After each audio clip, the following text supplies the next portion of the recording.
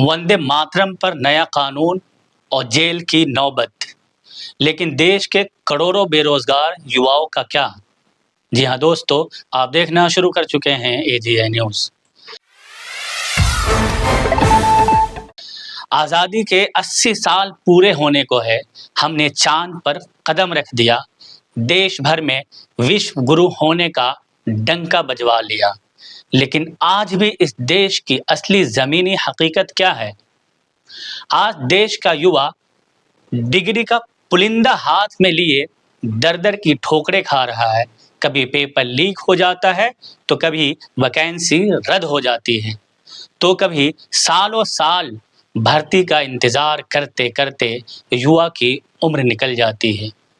लेकिन संसद और नेताओं की रैलियों में चर्चा किस बात पर हो रही है? चर्चा इस बात पर नहीं हो रही है कि युवाओं को रोजगार कैसे मिलेगा। चर्चा इस बात पर हो रही है कि वंदे मातरम ना गाने या उसके सम्मान में जरा सी चूक होने पर किसे कितनी जेल भेजी जाए और कौन सा नया कानून बनाया जाए। जी हाँ दोस्तों, वंदे मातरम हमारे देश का सम्मान है, हमारी मिट्टी की खुशबू है और हमारे शहीदों की भावना है।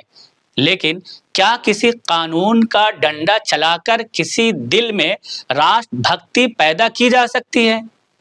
जब देश का युवा भूखा है, जब उसके पास अपने परिवार का पेट पालने के लिए नौकरी नहीं है, जब वो डिप्रेशन में आत्महत्या करने पर मजबूर हो रहा है, तब सरकारें उसके हाथ में रोजगार का अवसर देने के बजाय देशभक्ति का सर्टिफिकेट बांटने में लगी है। क्या वंदे मातरम पर नया कानून लाने से करोड़ों बेरोजगारों को नौकरी मिल जाएगी? क्या इससे महंगाई कम हो जाएगी, या फिर ये सब सिर्फ जनता का ध्यान असली मुद्दों से भटकाने के लिए एक जरिए मात्र है? आज देश का युवा खुद से ये सवाल पूछने पर मजबूर है, हम कब तक इन जज्बाती नारों, नए कानूनों और राजनीतिक बहसों के चक्कर में उलझे रहेंगे? क्या हमारी किस्मत में सिर्फ रैलियों में झंडे उठाना और सोशल मीडिया पर एक दूसरे से लड़ना ही लिखा है?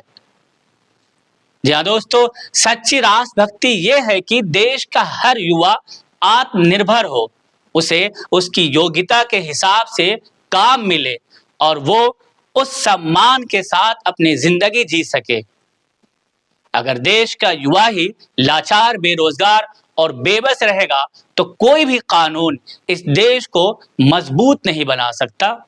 जी हाँ दोस्तों, अब वक्त आ गया है कि देश का युवा जागो और प्रतीकों की राजनीति के बजाय अपने हक, अपनी शिक्षा, अपनी सुरक्षा और अपने रोजगार के सवालों को सीधे सत्ता की आंखों में आंखें डालकर पूछे कि साहब, हमने आपको देशभक्ति का सर्टिफिकेट बांटने के लिए CM या PM नहीं बनाया था, बल्कि रोजगार के अवसर पैदा करने के लिए हमने आपको इस कुर्सी पर बैठाया है।